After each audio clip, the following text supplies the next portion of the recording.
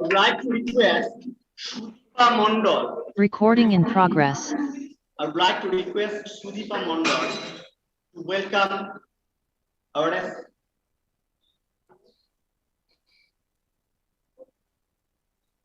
I would like to request Sudeepa Mondal to welcome our principal, sir.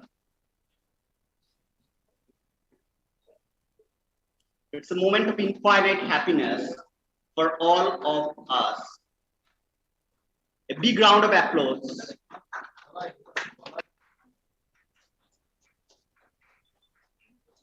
Thank you.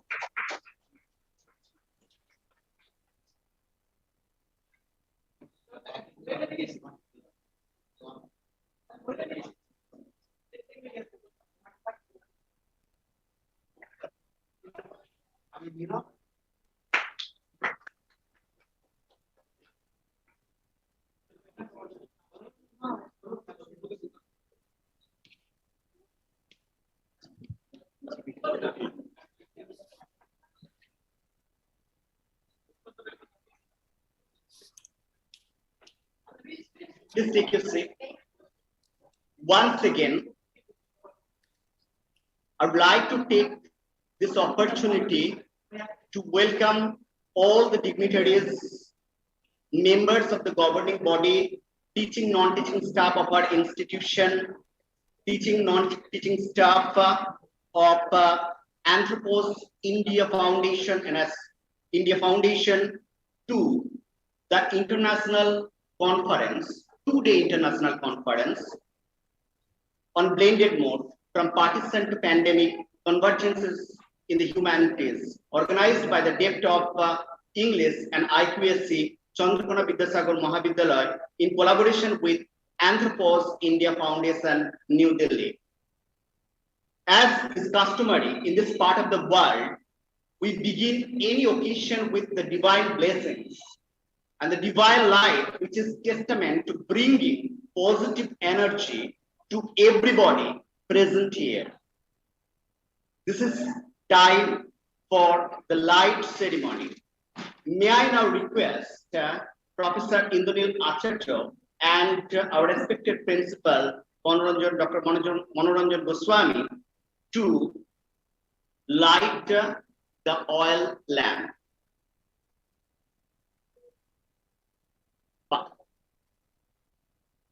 Switch off.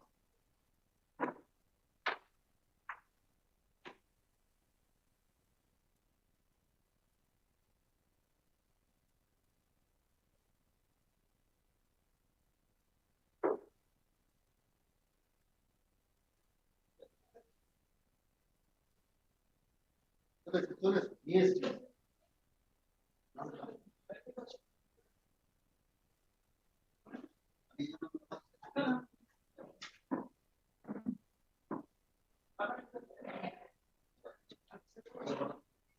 Let's pray to God that we may continue to burn the auspicious light that will bring in happiness, prosperity, and healthy long life to people across the globe.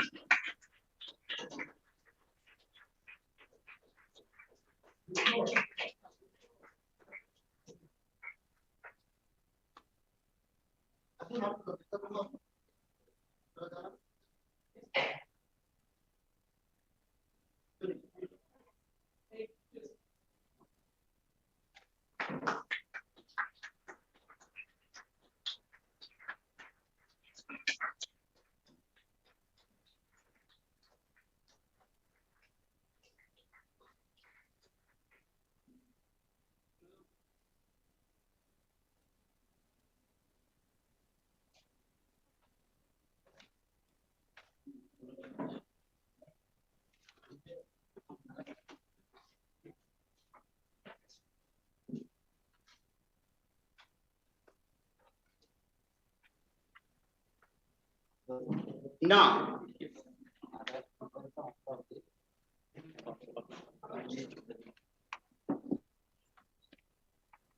all other dignitaries are on the way, and they will be with us very soon. Now it is time for the opening song. So I would like to request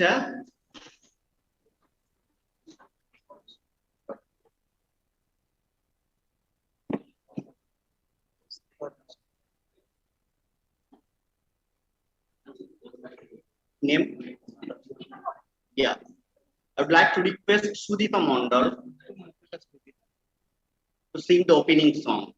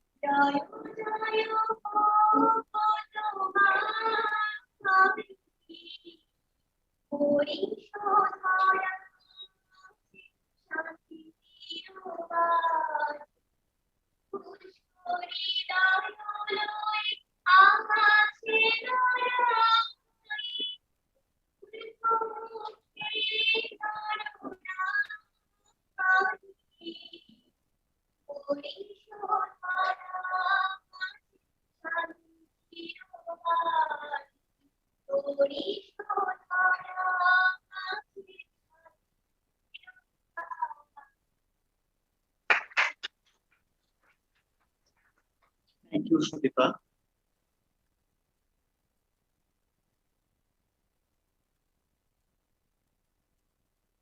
Now, may I request Dr. Manoranjan Goswami, Principal, Chandrakona Vidyasagar Mahavidyalaya, for the welcome address.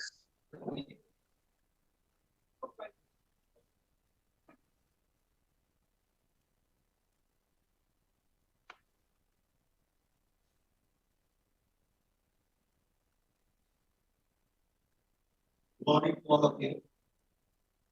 Dear Lord, I am delighted to welcome you all on behalf of the Chandrakona Vidyasagar Mahavidyalaya family to the international conference on from the partition to the pandemic, convergences in the humanities. We are thankful to all the people holding our hand in our past large-scale development mode endeavor. And I, in particular, am looking forward to the session because of the wide range of the topics that will be discussed in the conference. I believe that the discussions will be enriching for all our participants. The pandemic has taught us well how to operate to the best of our ability and combat the challenges of physical distancing by making use of virtual connection. This conference has given us the opportunity to host guests not just from the four corners of our country, but also from across the globe. I would like to apologize in advance for any inconvenience that our honorable guests and participants may face in these days. Kindly bear with us. I am wishing you all the very best and thank you for your time. Thank you all. Concise yet catchy welcome address. Now, may I request Dr. Sunita Reddy, founder chairperson, Anthropos India Foundation, and associate professor, Jawaharlal Nehru University, for the welcome address. Good morning, everyone. It's a pleasure to be here in the morning to wish all of you and a great success for this international conference from Partition to the Pandemic, Convergence in the Humanities. I'm really glad that Anthropos India Foundation is collaborating with the college, Chandrakona Vidyasagar Mahavidyalaya, and I'm really thankful to Dr. Madhuri for giving this opportunity and the principal of the college. It's a pleasure to see young girls sitting there who are part of the college and all those who have connected online. Anthropos India Foundation has a mandate, and aim and objectives are basically to promote social sciences and anthropological philosophy concepts and methods. We do action and applied research, and we do a lot of capacity buildings for the young scholars.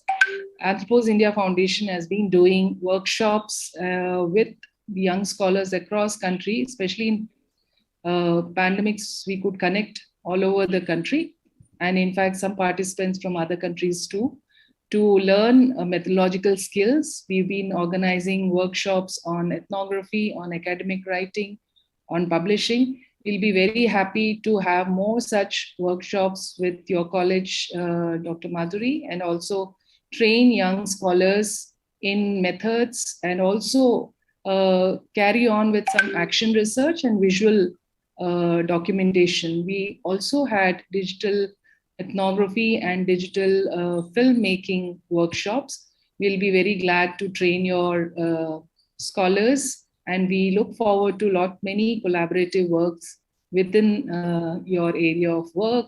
And we had discussions, 1 or 2 rounds, to look at what kind of research can take place, and also the documentation of local art, craft, cultures. So we'll be very glad to come together again and again and do a lot of good work. So I wish all of you very best for 2 days international conference. And I'm sure all the young scholars will learn a lot. And I'm here to support, and with all my team members from AIF, our interns, a part of this organizing team, and we all wish good luck. Thank you. Thank you so much. Thank you, Dr. Reddy. We're also looking forward to working with you in times to come. Now, may I request Dr. Samana Madhuri, convener and assistant professor, Department of English, Chandrakona Vidyasagar Mahavidyalaya, to introduce the theme of this. Visualize the words that I will read now. I quote, "Those who went to the shores, what happened to them? Those who sailed in boats, what happened to them? It was going to dawn, but it never dawned. Those caravans en route, what happened to them? Those I waited for all nights on their path, they were to show the light. What happened to them? Those who are all these people now surrounding me, those who were my friends, what happened to them? Buildings burned to ashes. Those who made the buildings, what happened to them? You and I are burden of the earth. Those who were to uplift us, what happened to them? Unquote. Whom did you see or visualize? Or what event came to your mind when you heard the words I just read? Did you think of Daniel Etter's 2013 photograph of an Iraqi refugee breaking into tears of joy as he holds his son and daughter after their safe arrival on the Greek island of Kos? Or did you picture the Rohingyas or the boat people, some arriving on new shores, many disappearing before they arrived anywhere? Or the people trying to escape from the forest fires of Baghjan gas oil and leak of 2020? Or did you think of 8733 migrant workers who died on railway tracks in 2020?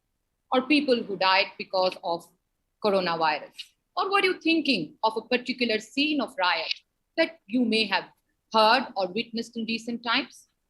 For now, I will stop guessing your thoughts and share that this poem was written by Nasir Kazmi in Urdu, translated by Ravi Kopra, on the partition of the subcontinent of 1947. But it reverberates well with many issues or instances that I just cited before. This conference will explore the protracted phenomena of displacement as the bane of citizens' life in the subcontinent in particular, as well as in our world in general. And this attempt would be futile if we did not work with a transdisciplinary approach. Therefore, in the course of the 2 days, the papers at the conference will explore many areas and ideas that are connected to the theme of displacement and would try to go beyond the barriers imposed by the discipline. For many of us, partition is a major reason for the displacement of people in the subcontinent. But at the same time, it is also an event that many of us have not witnessed. Some of us, I'm sure, like the unnamed narrator of the Shadow Lines, remember the events that unfolded in bits and pieces. But for most of us, the events are a part of our post-memory. But we all have been a witness to the events that unfolded during the pandemic, especially the displacement and mass migrations across the subcontinent and, of course, the world. The pandemic emerged as yet another side of contestations between the powers of the state, the far-reaching limits of its control, and the oppressive relations it shares with the bodies that are produced, manipulated, and controlled to manufacture consent for governance. The expanding income inequality caused by the modern nation states' strengthening alliance with neo-imperial forces, coupled with the intermittent havoc caused because of climate change, have yet again foregrounded the questions on borders, governmentality, citizenship, and the fate of asylum seekers in times when fundamentalism and intolerance are on the rise. At the same time, the rise of the right in the age of global capital and the increasing weakening of the welfare structures, especially in the area of health and education, are of utmost concern. This conference will try to address the mentioned issues with particular focus on Bengal region in the course of the next 2 days. I hope you all will enjoy the sessions and we all together would learn many new and interesting aspects about the phenomena of displacement in this conference. Thank you.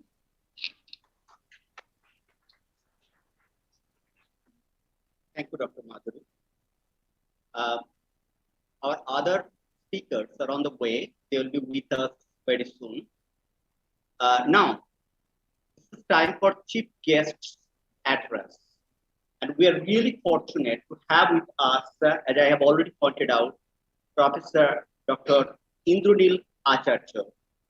Professor Indranil Acharya has been working as the head of the Department of English, Vidyasagar University, West Bengal, India. He completed 2 UGC projects as principal investigator on Australian and Indian indigenous traditions in 2008 and 2015, respectively.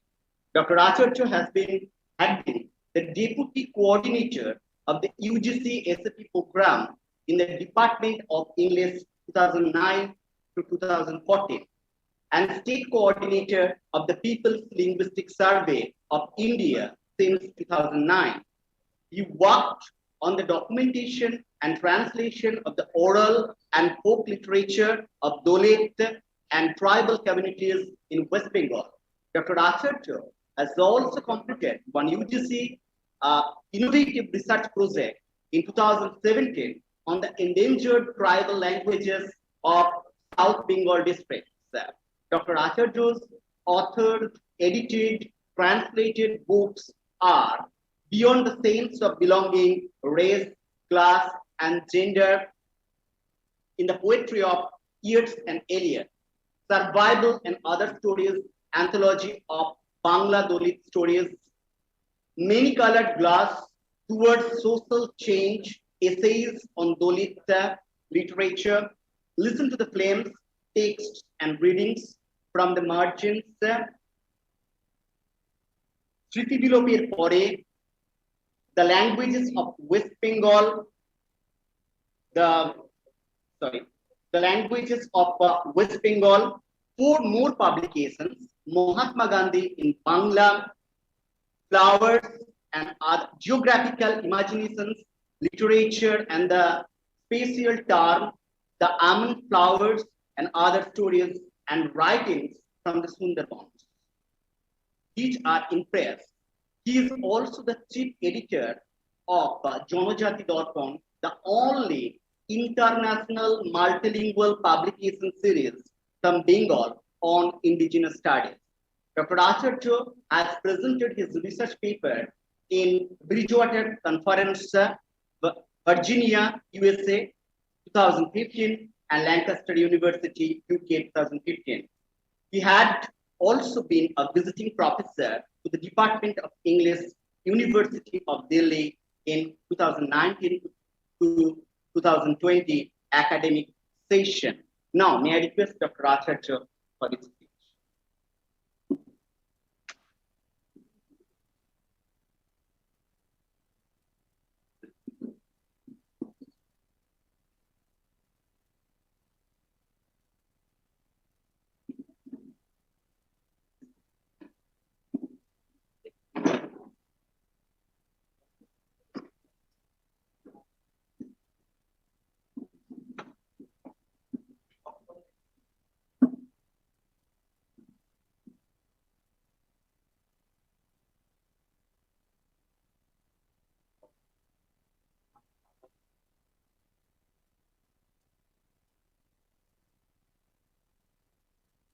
Om Bhadran Karnevi Srinuyama Deva Bhadran Pashe Maksha Virya Jatraha Thirairangai Tushtu Swastanuvihi Vyashema Deva Hitayadayu Swasti no Indro Prithasravaha Swastina Pusha Vishwavedaha Swasti Nastaksho Arishtanemi Swasti no Brihaspatir Dadhatu Om Shanti Shanti Shanti.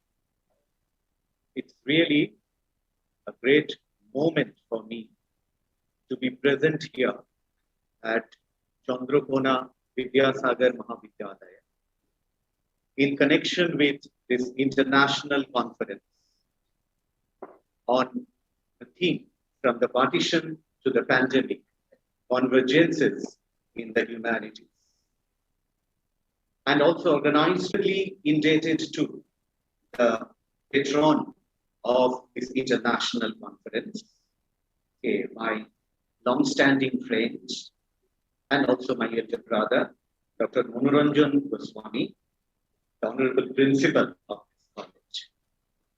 I gladly acknowledge his invitation to participate in this international conference.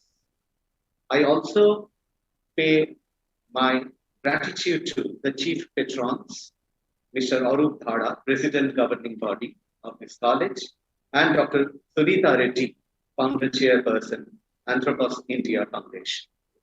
I would also like to express my gratitude to the convener of this international conference, Dr. Samana Madhuri, Assistant Professor, Department of English of this college. So it's my first time visit to this college. আর সত্যি কথা বলতে কি এখানে ছাত্রছাত্রীদের দেখে আমার ভীষণ ভালো লাগছে। আজ আমরা এই করোনা অতিমারীর সময় গত 2 বছর যে ধরনের যন্ত্রণা, আতঙ্ক এবং অনিশ্চয়তার মধ্যে দিয়ে দিন কাটিয়েছি, যেভাবে আমরা গৃহবন্দী হয়ে থেকেছি দিনের পর দিন, মাসের পর মাস, যেভাবে নাগরিক জীবন স্তব্ধ হয়ে গিয়েছে, সেই জায়গায় দাঁড়িয়ে আজকে আমরা এই ধরনের আন্তর্জাতিক আলোচনা চক্র এখানে আয়োজন করতে পারছি এবং যেখানে এত ছাত্রছাত্রী তারা অংশগ্রহণ করতে পারছে, তারা উপস্থিত থাকতে পারছে এই মহাবিদ্যালয় প্রাঙ্গণে, এটা এক অভূতপূর্ব বিষয় এবং অত্যন্ত আনন্দের বিষয়। এবং এই জন্য আমার মনে হয় যে এই কলেজের অধ্যক্ষ, সেই সঙ্গে সঙ্গে যারা প্রশাসনের সঙ্গে যুক্ত এবং সমস্ত শিক্ষক শিক্ষিকা, অধ্যাপক অধ্যাপিকা, শিক্ষাকর্মী বন্ধুগণ এবং ছাত্রছাত্রী সকলেরই সদিচ্ছার ফলে আমরা আজকে এই ভয়কে জয় করতে পেরেছি। আমরা জানি যে এই ধরনের অতিমারি এর আগে ইতিহাসেও বহুবার এসেছে, বহুবার এর পুনরাবৃত্তি ঘটেছে। আমরা জানি একটা সময় লক্ষ লক্ষ মানুষের জীবন হানি হয়েছে এই অতিমারির ফলে, কিন্তু মানুষের যে অদম্য বেঁচে থাকার ইচ্ছে, মানুষের যে অদম্য লড়াইয়ের ইচ্ছে, এই লড়াইয়ের ইচ্ছে, এই সংগ্রাম মানুষকে বহু অতিমারি অতিক্রম করে আজও সভ্যতার শ্রেষ্ঠ নিদর্শন আজকের পৃথিবীতে আমাদের সকলের কাছে এক শিক্ষণীয় বিষয়। So with these few words, I would like to say a few words on the main theme of this conference, which includes the ideas of both pandemic and partition. Flu, which occurred in the first half of the 20th century, an experience which devastated the Indian subcontinent, and an experience which has mostly remained unrecorded in many historical documents. So let me read out a few sections from my presentation on the impact of pandemic, particularly in the pandemic narratives. Pandemic literature, with a certain ease and empathy, takes us beyond statistics of deaths, devastations, and degrees of spread to show its impact on the lives of families, friends, and neighbors of the infected and dying. These stories in all ages have explored lethal infectious diseases, inviting readers to experience the trauma of millions impacted by the pandemics that destroyed towns and left generations scarred and scared. Epidemics make compelling stories, for they satiate our thirst for drama.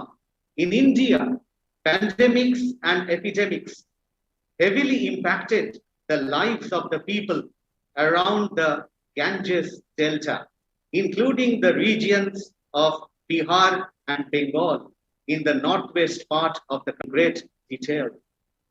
Several references to pandemic waves can be traced in the literary works of established 20th century Hindi writers such as Munshi Premchand, Kanishwar Nath Renu, Suryakant Tripathi Nirala, Bhagwan Das, Harishankar Barsai, Pandey Bechan Sharma, and many.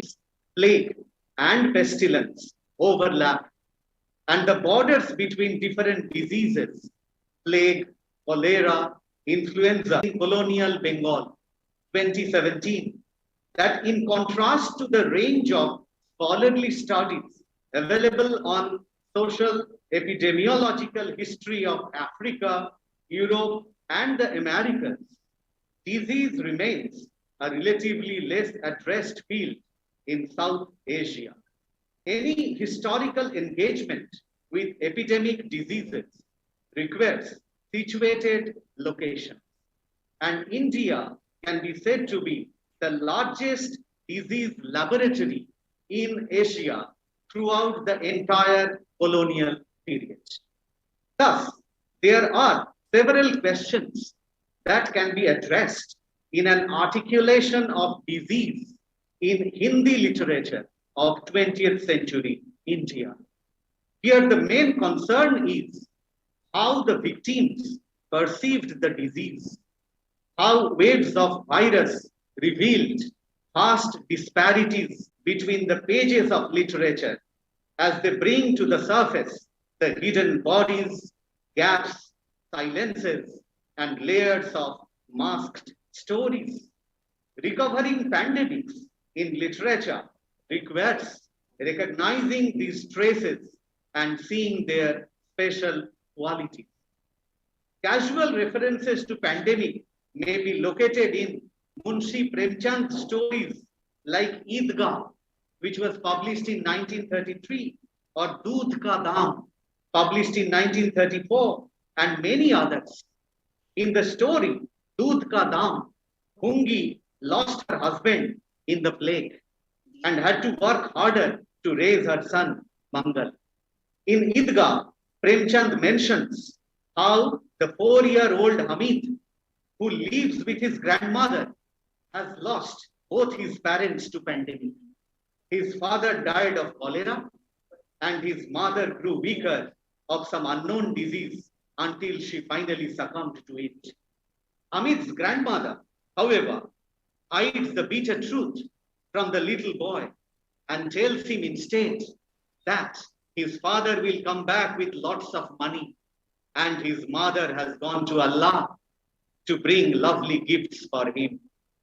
The disease cholera was considered too disgusting to depict because of its various serious symptoms.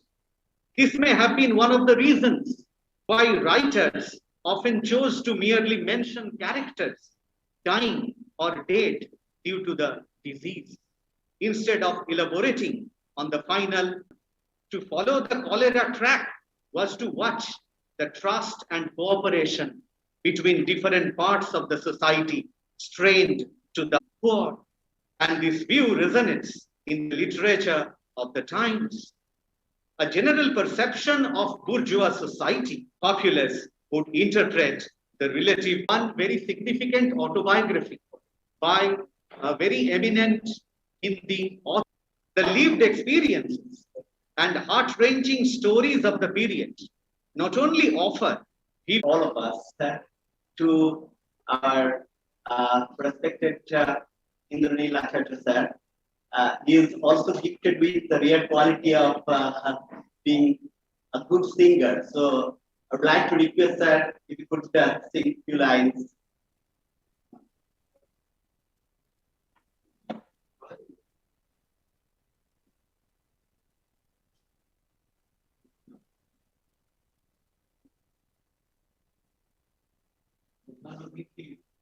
সঙ্গীত পরিবেশনের দৃষ্টান্ত বোধহয় খুবই বিরল।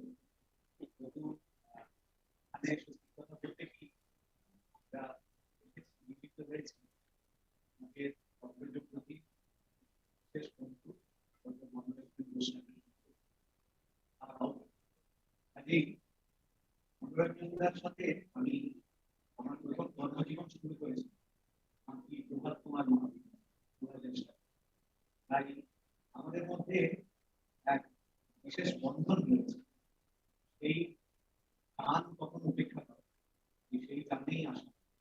আর সঙ্গীত চর্চা সেইভাবে শিক্ষাগত তালিম আমি কখনো সেভাবে নিই, কিন্তু আবাসিক বিদ্যালয় এবং মহাবিদ্যালয় জীবনের মানসিকের 13 বছর অতিবাহিত হয়েছে। তাই সেই আবাসিক বিদ্যালয়ের ও মহাবিদ্যালয়ের ধারা বজায় রেখে আমাদের সঙ্গীত চর্চা করতে নিয়োজিত থাকে। আমার সঙ্গে আজকে আমার বন্ধু আমার সহপাঠী সুদীপ রয়েছে বিশ্ববিদ্যালয়ের দিনগুলো মনে। যাই হোক, এই আনুষ্ঠানিকতার মধ্যেও একটুখানি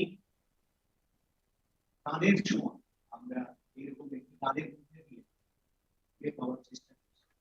আমি কবিগুরু অচলায়তন গুরু নাটক পঞ্চকের গলায় একটি গান আছে। এই গানটি বেশ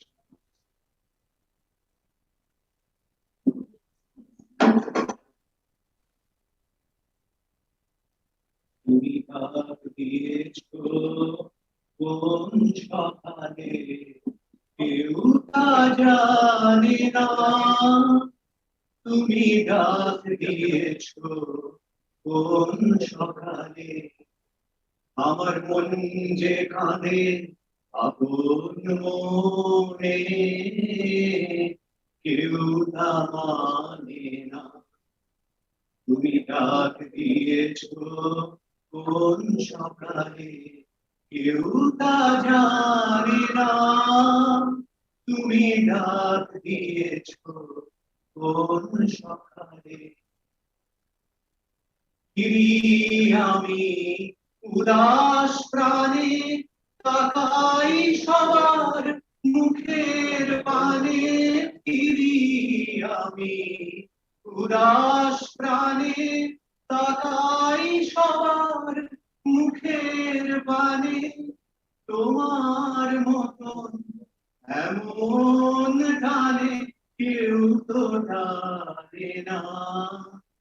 তুমি ডাক দিয়েছো কোন সকালে কেউ তা জানে না, তুমি ডাক দিয়েছো কোন সকালে।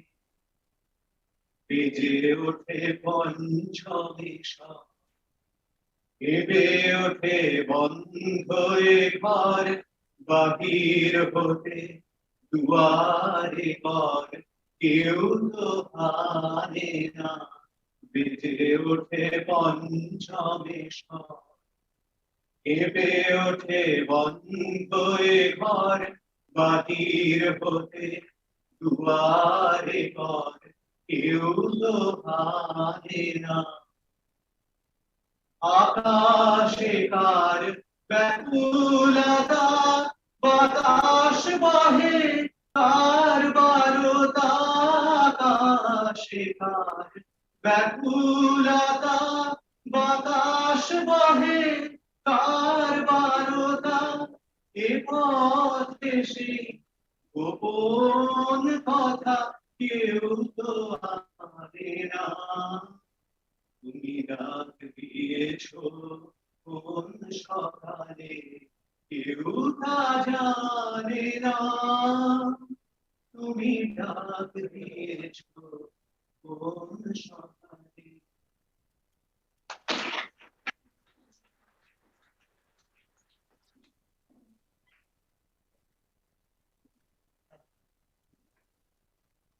Thank you, sir, for such beautiful presentation.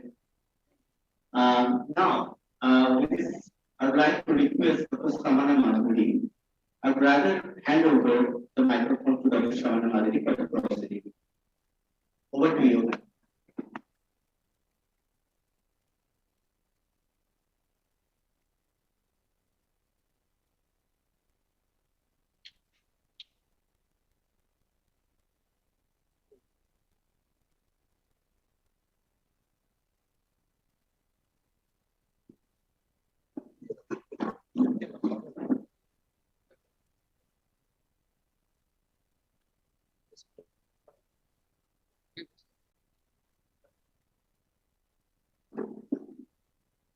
Dr. Madhuri, can you hear us?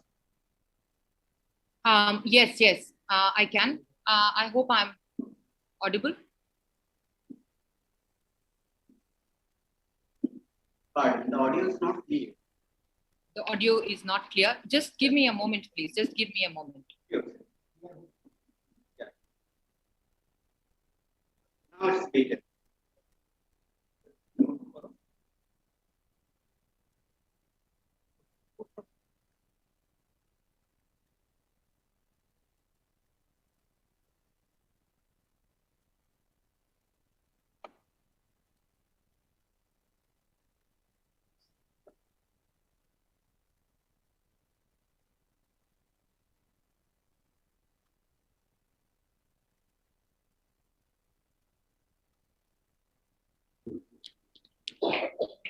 Yeah, hello. Yeah, yeah. Is my voice clear?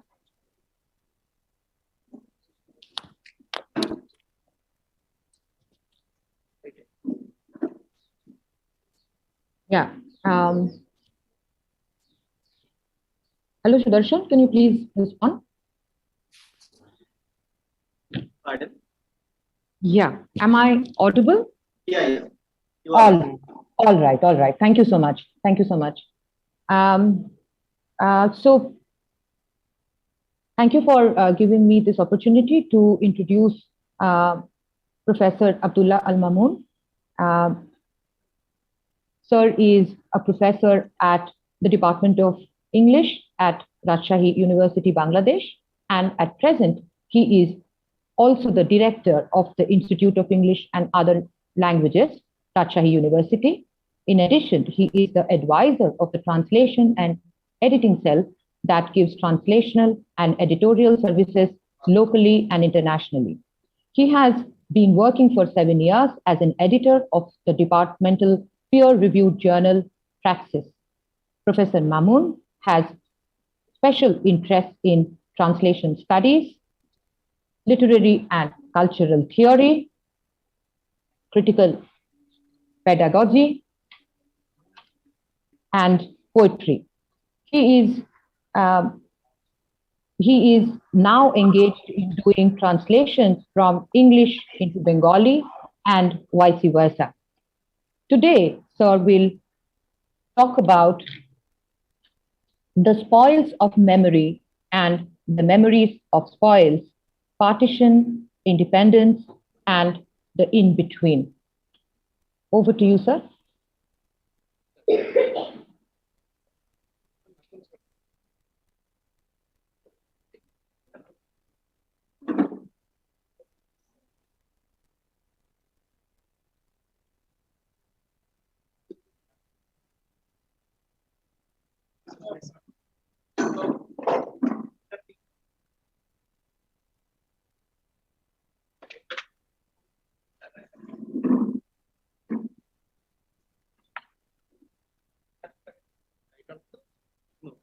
I need.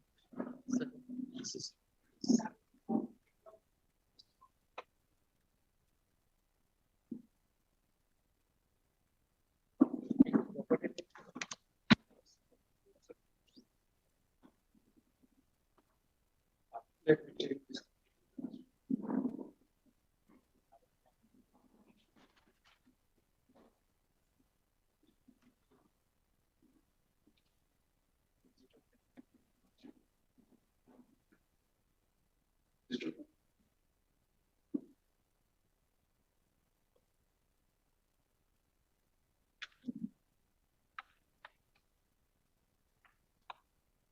Am I audible? Thank you all, and I should start with Shubhodin, because we should start our day with this one Bangla phrase. This is no longer Shubho Shakal, perhaps. Shubhodin, good day, and Namaskar, Adab, Salam to all of you.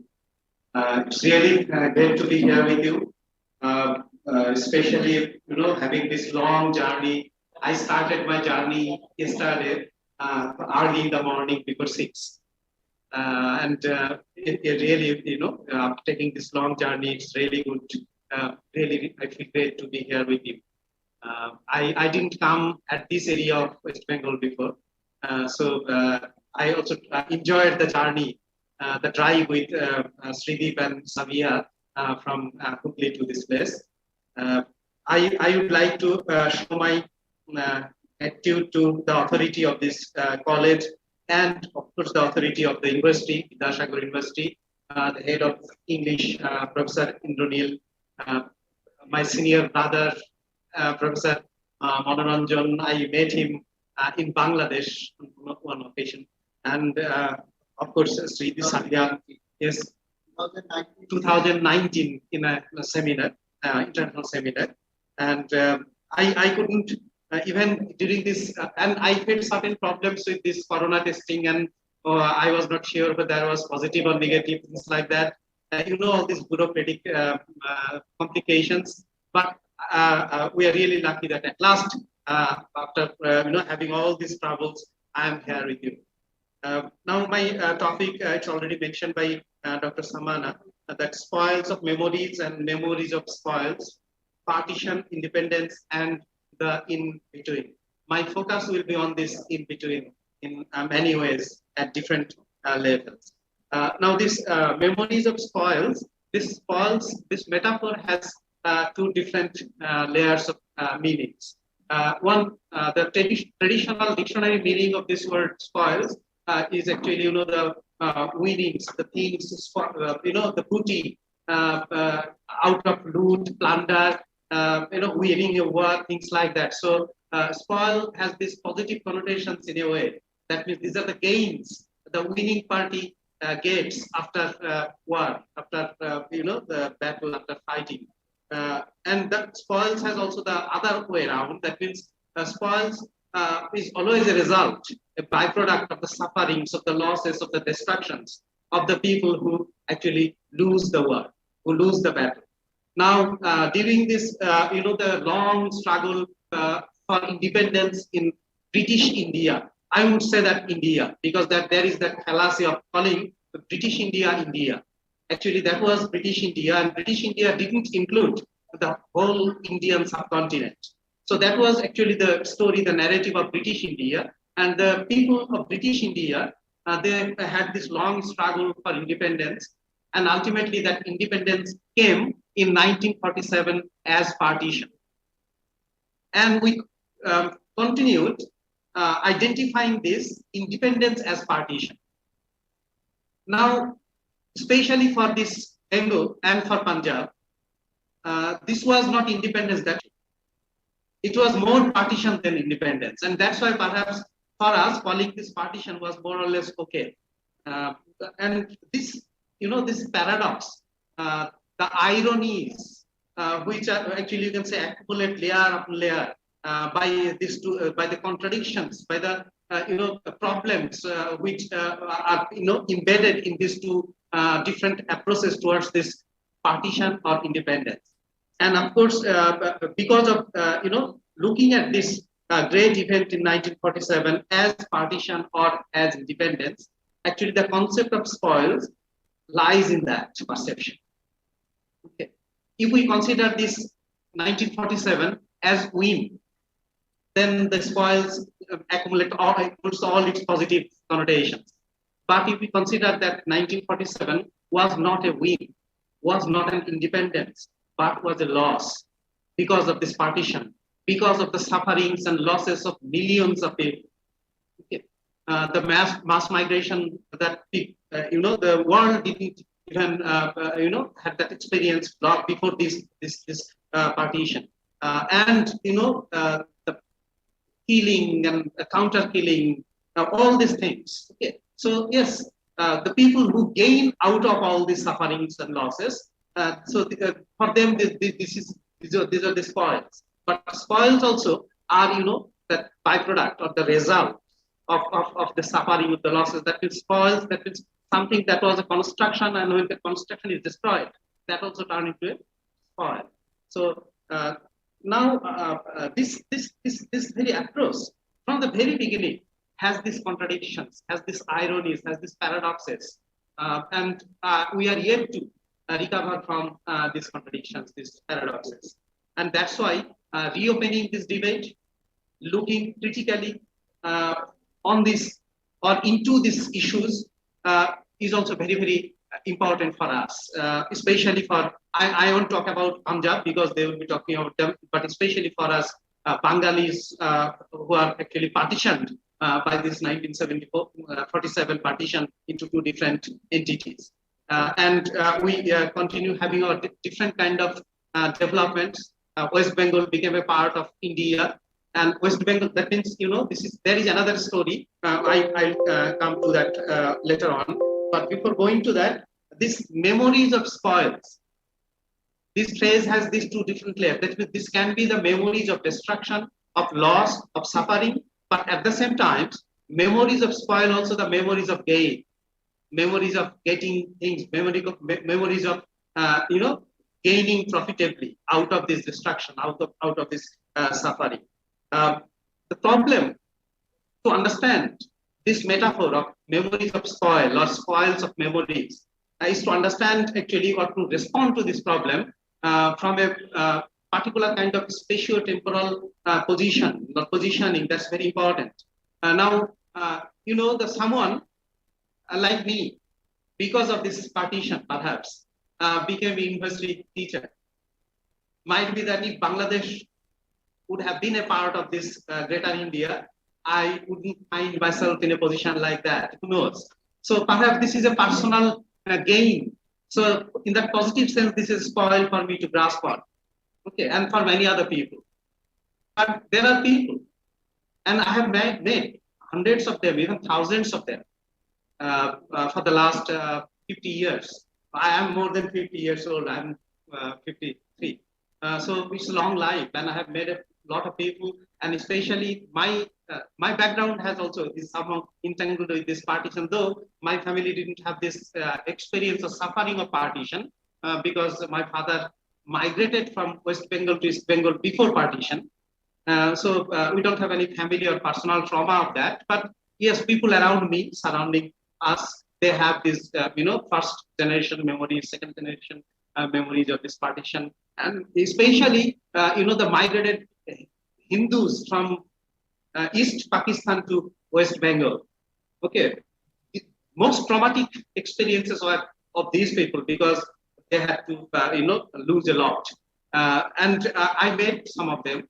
And for them, still, these spoils are not spoiled. These are really spoiled. That is, this partition spoiled their lives. This expression or metaphor has also, again, two layers. Memories are very profitable memories. They can sell, they can gain out of these memories. And for the majority, these memories are actually memories which continue knogging into the very existence of these individuals. And these memories have become spoils again. And that's why, this paradox of this, you can say, multiplied ironies and inherent ironies in this kind of expressions. Joya Chatterjee talked about this spoils of partition, but the way she approaches this, she doesn't address these layers, these different approaches towards this metaphor of memory. Now, how much time can I have? Because I need to. Now, to understand the concept of, and another part became a part of East Bengal. And ironically, both these two parts of Bengal felt in a way that they are somehow marginalized, especially the people of East Pakistan. Okay, very quickly they realized that that was a mistake. And, they started coming up with resistances, small resistances as first, but the resistance continued to grow. And ultimately, within just a bit more than 2 decades, 24 hours, we actually got involved in that struggle of independence in 1971. And ultimately, that part of Bengal became independent. But to understand that story, we have to understand the story of West Bengal. This is very interesting that that Bengal was partitioned on the basis of religious identity. India is the third largest Muslim community country in the world. Neither Bangladesh nor Pakistan. That is the ultimate irony for this kind of partitioning a country on the basis of religion. And this partition didn't solve anything. However, so West Bengal had a different kind of story, but that story is again the story of marginalization. This Bengal, before the coming of the British people, was always on the margin in Indian subcontinent. This was a very, very, profitable place for people to come and loot and plunder and occupy, invade and suppress and exploit, all through history. But after the coming of the British, this is again another layer of irony in history, that with the British domination, the starting of the British domination in this region, Bengal gradually became the center of Indian subcontinent. For the first time in Indian history, Bengal became the center. Instead of Bombay, instead of Madras, instead of Delhi, that means North India, Bengal became the center of British India, and for a long time. But, becoming the center and growing with this, it has also its own stories that I don't want to enter into that. But this feeling of being in the center was shattered with this 1947 partition. East Bengal, of course, discovered itself as a colony of West Pakistan. West Bengal discovered itself as a margin, as a peripheral position in the total Indian political state system. Now, East Bengal, more or less, and the East Bengal intelligentsia, East Bengal scholarship, East Bengal, there was that proverb that what Bengal thinks today, India thinks, okay, we'll think tomorrow, things like that. And that is a very, very stupid kind of statement. Okay, very, very Chattavimani kind of statement. But we had this pretension or the confidence or even the qualification. But after 1947, East Bengal became a colony, West Bengal became a periphery. And this feeling was deeply hard in both sides. That means Bangladesh and West Bengal, they no longer remain the center. It became the periphery. 1947 brought in a kind of change, revolutionary change in the east part of West Bengal. That means East Pakistan. It became Bangladesh, an independent country. An independent country, Bengalis, for the first time in history of thousands of years, a part of Bangla became an independent country against its will, in a way, because that kind of partitioning was not welcome. And as a result of that partition in 1947, Bangladesh became an independent country. And because of this independence, because of its sovereignty, and because of its geopolitical location in this Indian subcontinent and in the total Asian power structure, Bangladesh is becoming gradually a significant place, especially not politically in terms of power, in terms of economy, but in terms of culture, in terms of language, in terms of the identity that we actually try to have with us, that yes, we are Bengali and we are living in an independent country, Bangladesh. And 1947 up to this 2021 or 22, if we consider the story of West Bengal, it is a story of gradual degradation. I'm sorry, I'm a foreigner to comment on this, but that's true. It is a story of gradual diminution. It is a story of gradual more and more chaos and more the awareness of losing certain things. In terms of course, political power structure, but in terms of cultural achievements in the same manner. Actually, we used to look at Calcutta for a long time as the center of Bengali culture. Kolkata has lost that aura, or is losing that aura gradually. It's Bangladesh or Dhaka, or yes, it had to be that like that, but this is also why. And this is again, the people who actually gain from this kind of spoils, they think that that's okay. But there are memories, there are stories, narratives of the individuals, and that's my focus. That that yes, we are people of independent country. We are enjoying a lot of privileges, especially people like me who are highly privileged, middle class, so-called middle class people. We support this kind of because we get the share of the spoils over there. But we have also memories, and memories always haunt. Memories continue haunting. And what are these memories?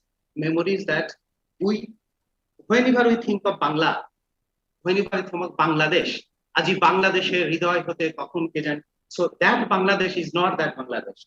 That Bangladesh is not this Bangladesh, West Bengal. That Bangladesh is a Bangladesh that is no more. That doesn't exist, at least physically. Does it? It does. It continues its existence in the memories. And memories are very, very interesting elements of human psyche. Memories continue to be with us through generations.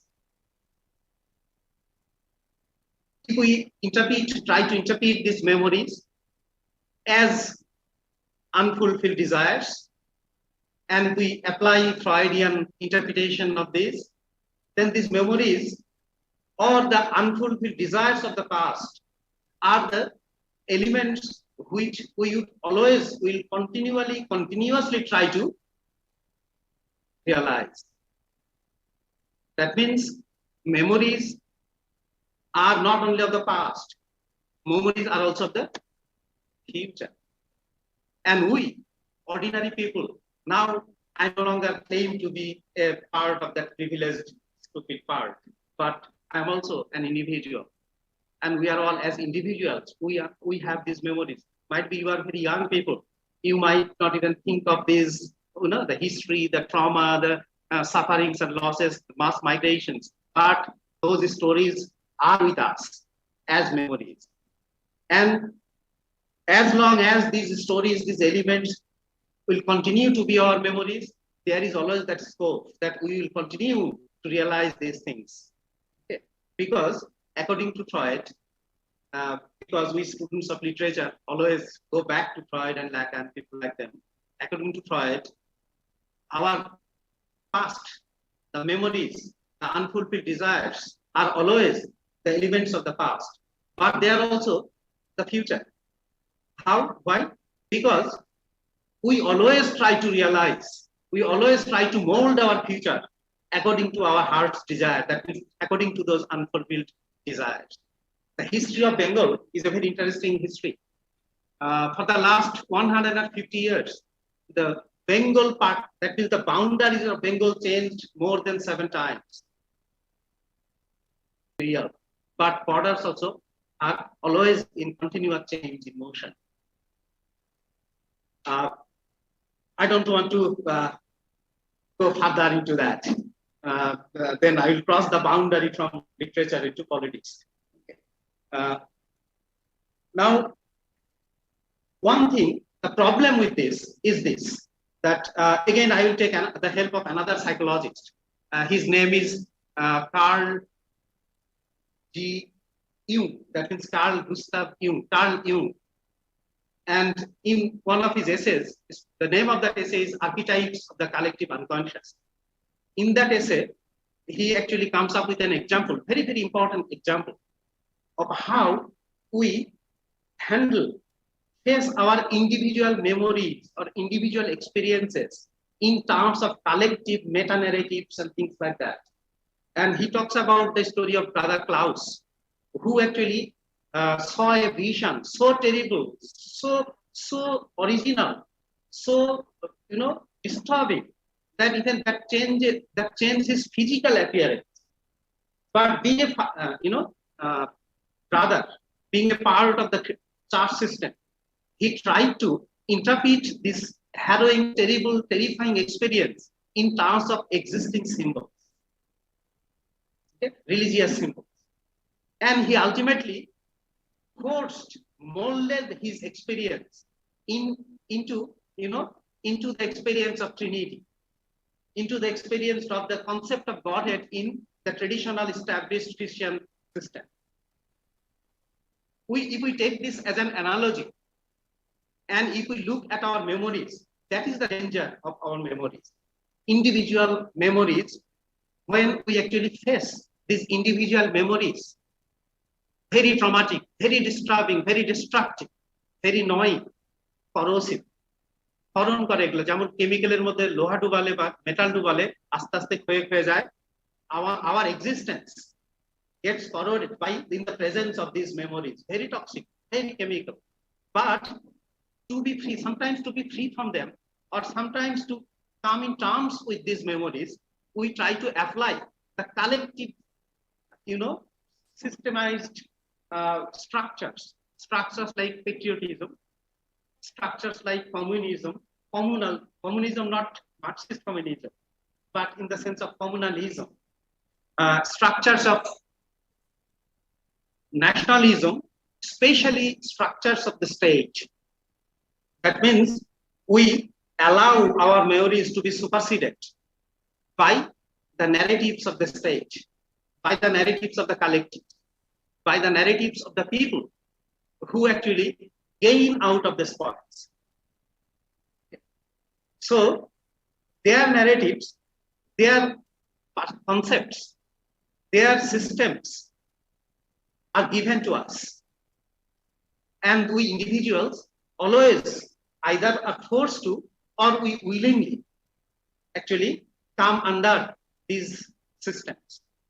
And we discover ourselves as if we have memories which are somehow get lost, and we try to grasp onto certain concepts which are not ours.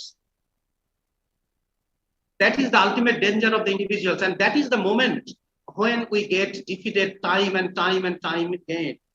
Okay, that is the moment of defeat of the individual, when the individual gets submerged, when the individual with all his or her memories, experiences, sufferings, losses, and the possibilities of reconciliation and regeneration.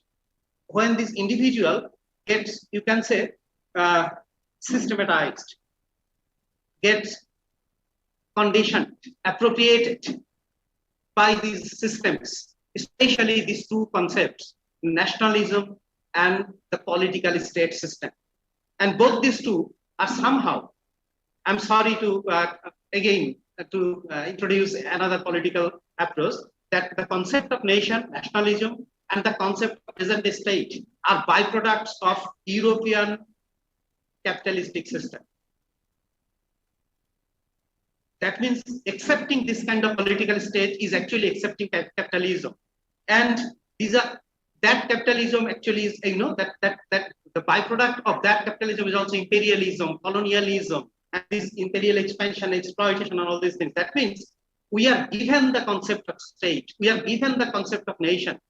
Before the coming of the British people here in Indian subcontinent, before that, there are many other invaders who came to India, especially the Muslims came. Before that, if Romila Thapar and the historians like them are right, then of course the Aryan people also came from outside. And of course there is the debate between, okay, whether they came from outside or they are indigenous people here. We don't want to enter into the debate, but other people also came. But before the coming of the British people here and the establishment of their particular band of imperial practices here and their colonialism, we didn't have this concept of nation and this concept of state as we have them now. That means this concept of nation, this concept of state are byproducts of British imperial domination in this British India for a long time. So this is the time for us. It's not that we have to revolt against the present state and we have to give up our national identity and we should come up with a slogan that all Indians should be together. No, that's not the story. It cannot be like that. But at least we can start reopening, okay, the given and accepted identity markers. And critically, look at them. Which one of them is still beneficial for us as individuals, not as collective mobs, but as individuals? And which of them somehow does a lot of harm to the individuals as individuals? I can just, in this context, think of one particular narrative, a novel, which actually gives us that scope of rereading, re-examining these identities. And that is written by Akhtar Jaman Ilyas. The name of the novel is Khwabnama. That is a very, very special kind of novel. And I'm not advertising a novel from Bangladesh because it was written in Bangladesh. No. I'm familiar with some of the remarkable works from both Bengal. But this novel, because we are actually ultimately here as students of literature, this is a kind of narrative that becomes a kind of narrative, counter narrative that actually attempts to examine and re-examine. That means it gives the scope of continuously examining and re-examining the given identities which we take as our own. So we have still possibilities. We have still, spaces to grow, to change, and to become something more than what we are. With that, I thank you, and I really thank you for listening to me, especially with this fragmentary, ramblings for some minutes. So thank you all. Thank you.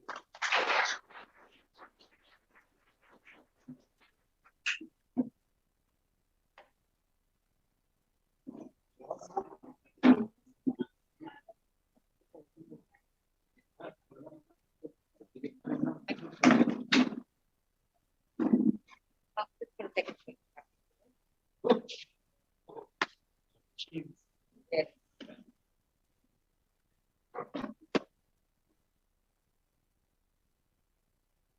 Thank you for that enriching discussion, sir. Now I would like to invite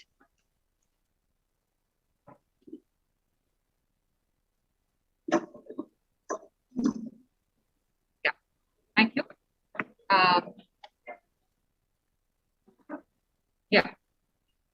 Thank you for that enriching discussion, sir. We will come back to ask you many questions about this address, but because of the paucity of time, we would move to the next event. I would like to invite my very good friend, Sudarshan Chakraborty, the department in charge of English, Chandrakona Vidyasagar Mahavidyalaya, to propose the vote of thanks. Sudarshan, over to you.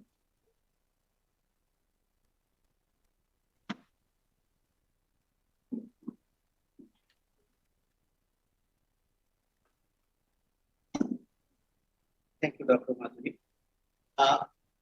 We are at the end of what has been a very colorful inaugural session. Once again, I feel honored and privileged to get the opportunity to propose a vote of thanks on this special occasion. An event of this dimension cannot happen overnight. It requires lots of effort and assistance. I take this opportunity to specially express my deep regards and gratitude to Dr. Manoranjan Goswami, Principal, Chandrakona Vidyasagar Mahavidyalaya, for his unstinted support and confidence in us. I express my sincere gratitude to Dr. Sunita Reddy, Founder, Chairperson, Anthropos India Foundation, and Associate Professor, JNU, for collaborating with us. Profuse gratitude and sincere thanks to our Chief Guest, Professor Indranil Acharya, Head of the Department of English, Vidyasagar University. Sir, your presence today here is of invaluable support to us. Sincere thanks to all the invited speakers for accepting invitation and having very graciously consented to participate. I would also like to express my gratitude to Dr. Dipankar Sen, JDPI, Higher Education Department, Vikas Bhavan, West Bengal. We are honored by your presence. My profound gratitude to Professor. This inaugural session. Deep sense of appreciation and thanks to all the participants. Thanks to all the members of governing body, to Dr. Samana Madhuri, the convener, for her untiring effort. I'd also like to thank all the teaching and non-teaching staff of our esteemed institution, as well as of Anthropos India Foundation, Delhi. Without whose active support, we would not have gathered here. Last but not the least, gratitude to the technical team and our beloved students. Once again, thank you all for being with us. Have a wonderful day ahead.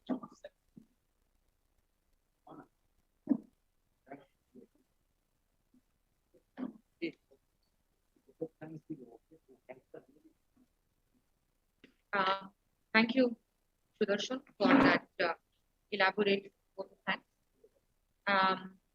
Now I would like to announce that we are going to take a very short break for 5 minutes, and then we are going to reassemble in this room. Please make sure that you all are back to this room by 5 minutes. And I would request the students to stay where you are. I'll make sure that the tea is delivered where you are sitting, right? So please be there, because if you all leave and if you all reassemble, it will take a little bit of time. So I request the students to stay where they are, but we are taking a 5-minute break so that we can set up the PowerPoint, etc. Thank you, everyone.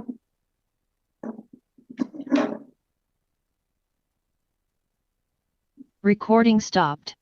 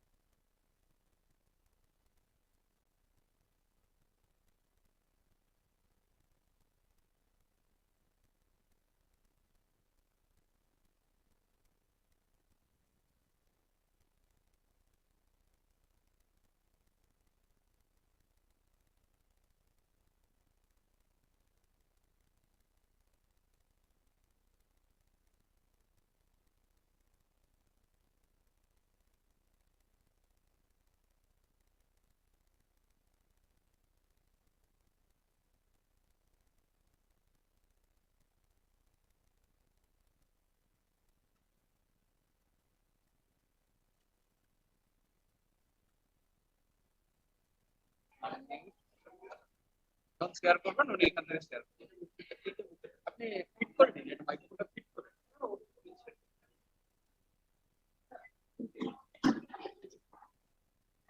Hello everyone.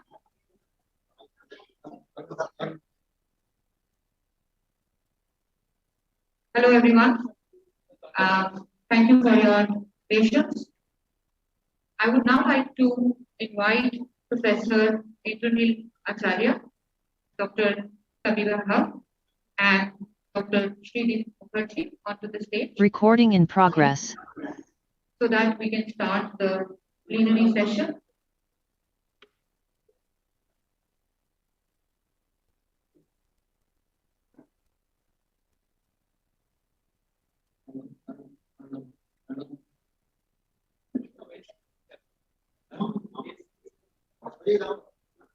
Now, before I officially hand over the proceedings to the chair, Professor Indranil Acharya, professor in the Department of English, Sagar University, I would like to take this opportunity to introduce our esteemed speakers of the plenary session. We have Professor Sabiha Haq with us today. She is Professor of English at Pune University. She received her PhD in Theatre Translation from University of Oslo and currently holds the position of the member of the International Ibsen Committee. Her research interests are women's writing, and we also have Dr. Sridip Mukherjee with us. He is Associate Professor of English at Netaji Subhash Open University, Kolkata. He holds a PhD in post-colonial Indian drama from Vishwabharati University and has interest in South Asian literature. His forthcoming publication, a co-edited volume titled Ibsen in the Decolonized South Asian Theatre, is under publication agreement with Rajesh. Over to you, Indranil sir.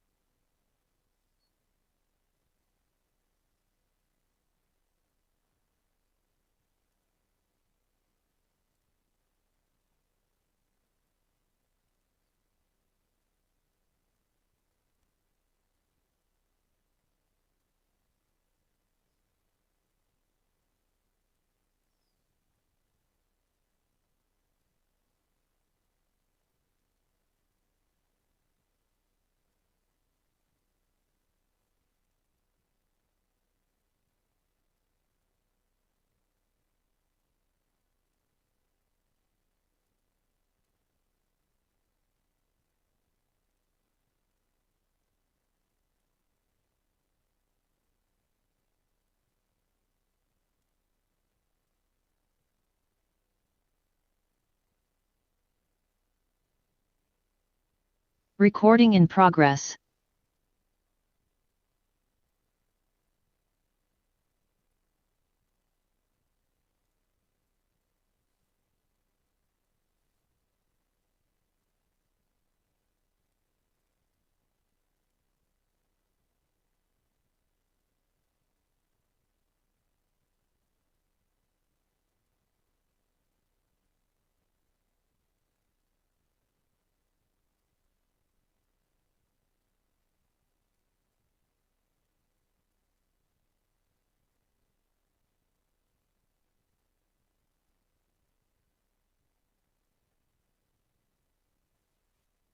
ওরা শুনতে পাচ্ছে। Thank you. তো ক্ষমতা, একজন নারীর যে ক্ষমতা ছিল দেশভাগের আগে, দেশভাগের পরবর্তী সময়ে নারীর ক্ষমতায়ন কিভাবে হয়েছিল তার একটি উদাহরণ মাহমুদা বেগম।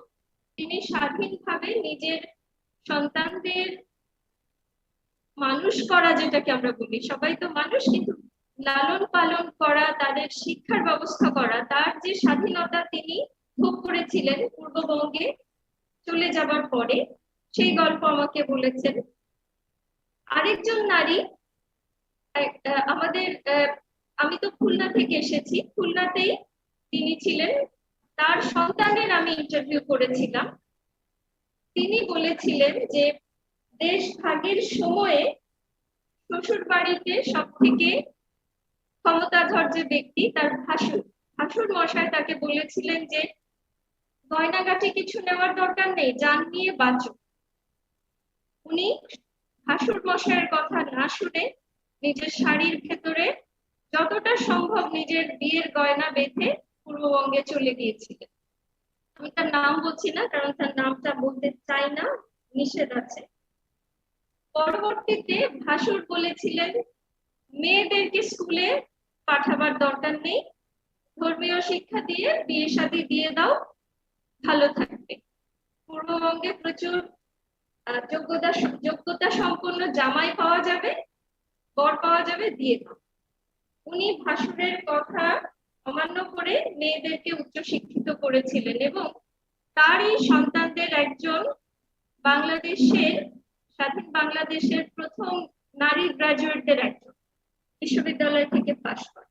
এই যে দুটো গল্প, এই দুটো গল্প থেকে আমার আজকের উপস্থাপনা, যখন চন্দ্রকোনা মহাবিদ্যালয় থেকে আমন্ত্রণ জানালেন অগ্রজ প্রতিম অধ্যক্ষ মহোদয়, তখন আমি ভাবছিলাম যে কি নিয়ে কথা বলা যায়, কারণ দেশভাগ এত চর্চিত একটি বিষয় যে এখানে নতুন করে বলার খুব বেশি নেই। যা বলবো কিছু না কিছু পুরনো কথাই আবার আসবে।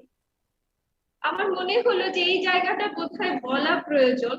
আমাদের সাংস্কৃতিক যে পরিমণ্ডল, সেখানে নারীর এক ধরনের উপস্থাপন রয়েছে, কালচারাল রিপ্রেজেন্টেশন রয়েছে, আর আরেক ধরনের ইতিহাস রয়েছে নারীর, যেটি সচরাচর উপস্থাপিত হয়নি। কারণ পুরুষতান্ত্রিক সমাজ কাঠামোতে নারীকে দুর্বল, ভীতু, কোনো প্রকারের উদ্যমী নয়, কোনো কাজে উৎসাহী নয়, এরকম ভাবে দেখাতেই আমরা ভালোবাসি। তার মধ্যে এক ধরনের নিরাপত্তা বোধ রয়েছে। সেই নিরাপত্তা বোধটাকে একটু আঘাত করার জন্য আমার আজকের উপস্থাপনা। এইটুকু বলে আমি মূল উপস্থাপনায় যেতে চাই। একটু সময় বেশি নিয়ে ফেলেছি।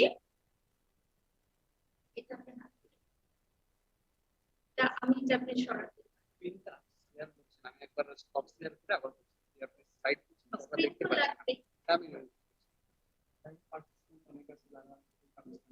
No, I'm going to change to shifting down.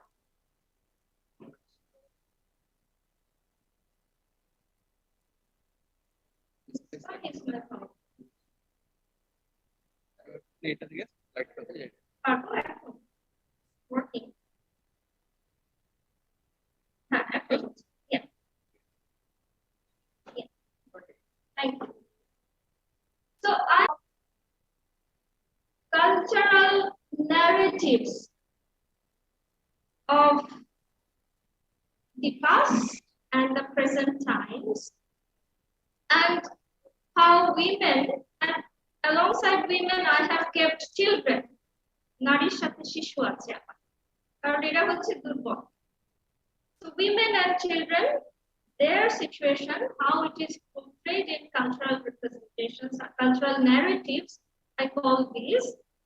And the first image here is a very recent image. You have been following the Russia-Ukraine war by this time. And this is one of the images that have become viral from The Guardian. Here you can see a woman holding her daughters going to Poland, perhaps, with her children. Where is the man? Purush kothay? The man has stayed back to fight, right? To fight the enemies. In the second image, you can see refugees are waiting sometimes in a kind of a border. And here also you will find most of these people gathered here are women and children.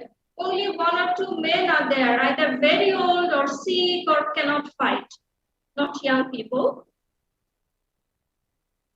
In this one, this is a kind of a shelter, temporary camp for the refugees who have reached Rzeszów in Poland. This is also from the media. And with this, I want to go back to 1947, to the Bengal partition. Here we have a woman sitting with her own children, and there are children perhaps from other families. Just look at their faces, look at their condition. My question again is, where are the men? You know, either they're killed or they have been imprisoned or they're fighting in the war, right? We don't know. This is from the Punjab partition, the same year, from the Punjab area. Here in the middle, you have only one man and there are lots of women. All are women and children. This is a picture from Life magazine again. It was taken on 9th October 1947 when the Sindhi, Hindu and Sikh women and children arrived at Bombay on the British India liner Tarka from Karachi. So they were all carrying the spoils of partition, right? Memories of partition. This is the image of a child lying there. Look at the skeletal body. We understand the child's situation. This is the image of adolescents, two boys, and this picture is a perfect image of how one child can lose his or her innocence. And there is an uncertain future that is awaited, and this person doesn't know. These two don't know where their life will lead them to. That was, from the news media. And now the reflection of all these memories, quote unquote, spoils from 1947. This is a painting by the famous Indian artist Krishnan Khanna, who spent 18 hours with a group of refugees at a railway station. And this painting is drawn from his memories of those 18 hours.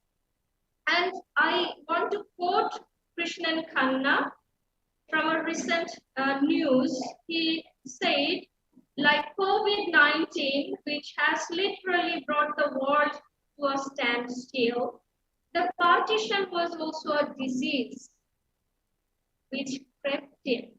It was a political motive, and the whole country disintegrated just like that. So the intention of the college this conference, international conference, is clear.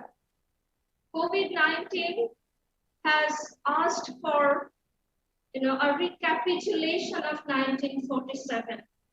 It has made it mandatory, as many artists also felt. This is part of the series of paintings called Mourners by Satish Gujral, another famous artist. He also has his memories of the partition. And here, in these pictures, you will see only women as mourners.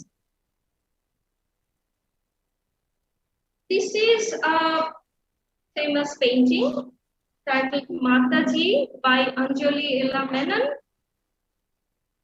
And you can see the woman's Bangla,